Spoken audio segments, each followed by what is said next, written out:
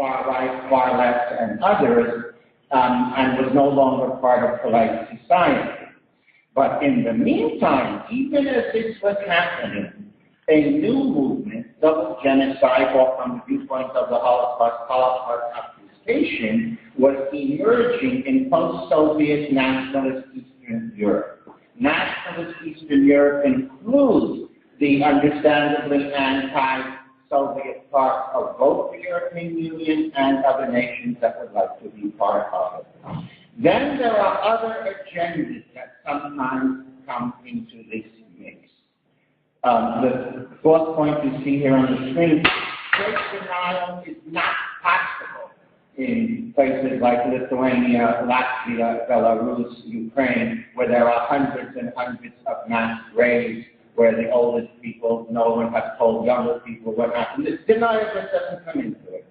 Then denial is not even necessary when other unfortunate motives, anti-Russian in the ethnic sense, anti-Jewish in the anti-Semitic sense, and nationalist in any sense, come into it. So the effort is to put a lot of state money into writing the Holocaust out of history without denying a single death and without refusing to put up monuments for the Holocaust. For the benefit of foreigners and of ambassadors, many parts of many places in this part of the world will happily put up another Holocaust monument.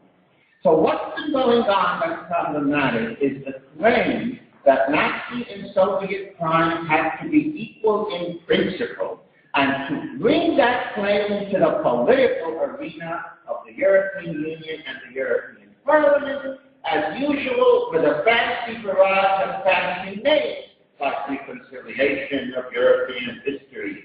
That is Orwellian and doublespeak for, you better agree with me or else. We can't have two opinions on history. Equality of victimhood. That means that if I don't agree that being sent to Siberia for 10 years is the same as genocide of an entire people, I am not treating victims as equal. So there's been this whole pressure to stigmatize as far left or Soviet or Russian people who have tried to speak up. Then we come to point B here, which is very, very anti-Semitic, trying to find fault with those who were killed and the survivors, the Holocaust survivor community, by recycling the old tropes of the Jewish communists, the Jewish Bolshevism, into fancy new paradigms, and we must investigate how many percent were happy that they came under communism instead of Nazism, and all kinds of such research. Never in the three Baltic countries and in Western Ukraine, there is a lot of state and governmental support for honoring the perpetrators, for honoring those who helped, who collaborated, and in some cases who actually helped commit the crime of the genocide of their Jewish neighbors. And then this revisionism can, of course, be spread together with real Holocaust studies. So in the late 1990s, all three Baltic countries established what are known as red-brown commissions to study Nazi and Soviet crimes. All three Baltic countries redefined genocide legally, broadening the definition. Anti-Semitic discourse returned in a new academic guise. Many people from the West were given honors and medals. And in some countries, like Hungary and Lithuania in 2010, the classic Western narrative of one genocide was actually criminalized. Now, even if no one ever goes to prison, I am a witness that it has intimidated young Hungarian and Lithuanian scholars from coming with a second opinion. Every new movement in history needs its constitution, its doctrine. And many people in Holocaust studies have still not studied the Prague Declaration of June 3rd, 2008. It has the word SAME, S-A-M-E, 5 times. And I'll quickly read you the 5 terms. 1, consciousness of crimes against humanity committed by the communist regime must inform all European minds to the same extent as the Nazi regime's crime. That if it informs my mind to a better extent, something's wrong. This is right out of Orwell and has no place in the European world.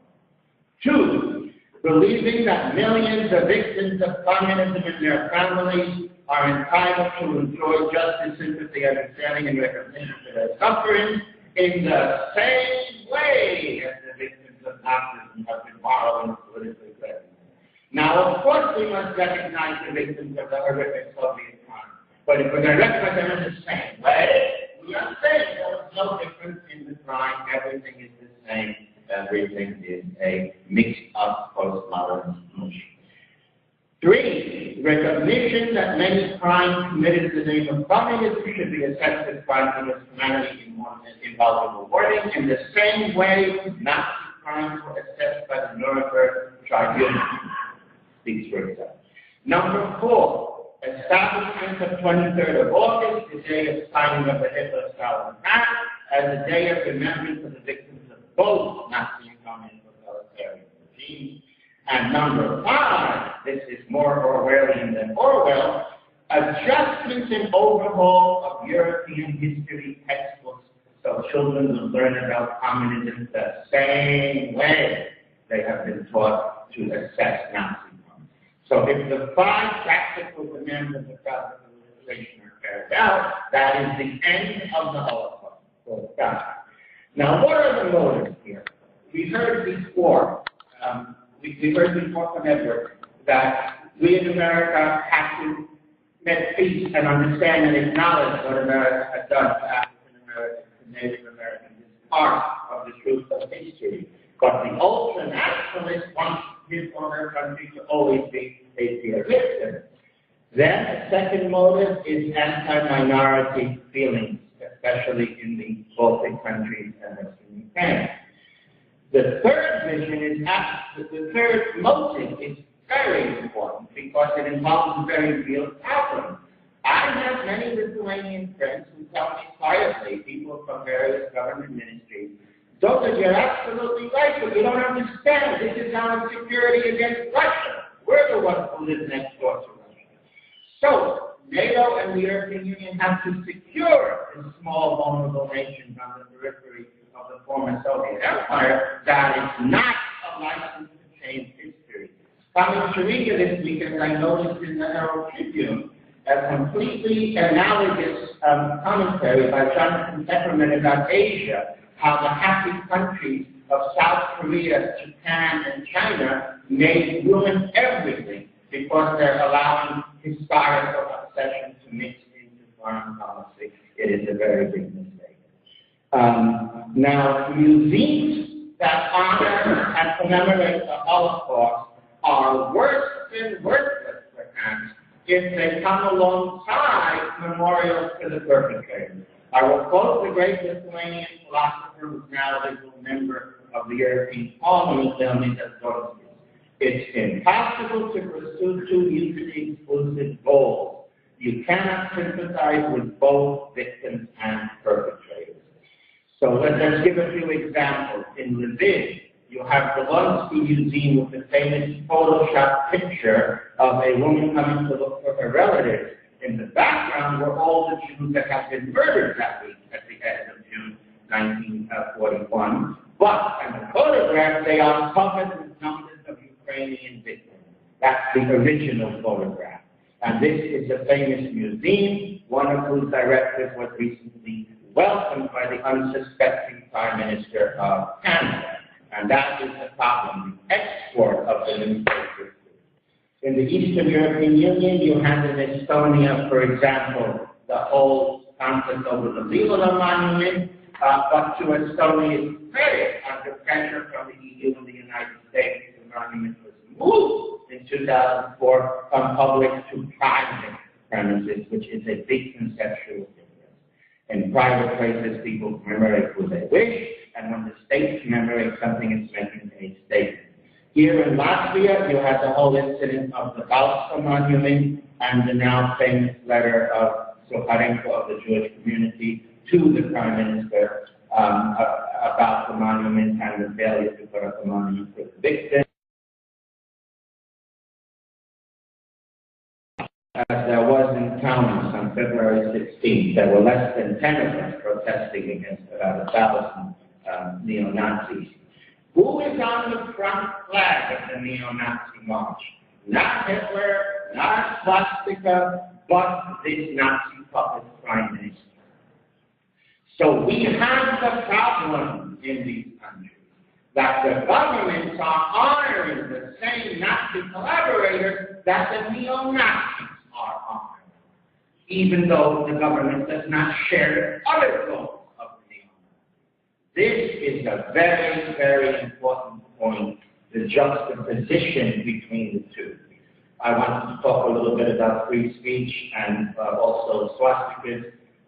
Very, very finally, there are at least 5 heroic escapees from ghettos, Jewish Holocaust survivors, and if you look them up on Wikipedia, you'll find that they're also war criminals because anti-Semitic prosecutors in Vilnius have still not issued public apology, which we hope they will soon do.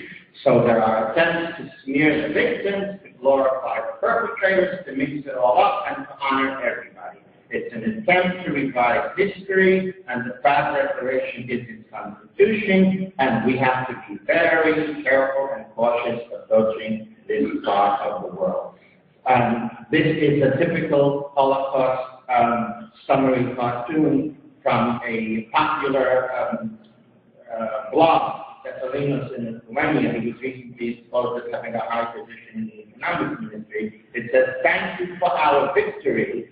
The ugly, hairy Jew is saying thank you to the Red Army soldier as everything is burning and there's a raped, murdered blonde woman in the lower left-hand corner." So this is the popular imagination correlate of the government version. So thank you, and if there are any questions, I'd like to also leave you the card of our website, defendinghistory.com. I have put out some, but if anybody needs more, and any questions. Okay, thank you, Dovid. Please.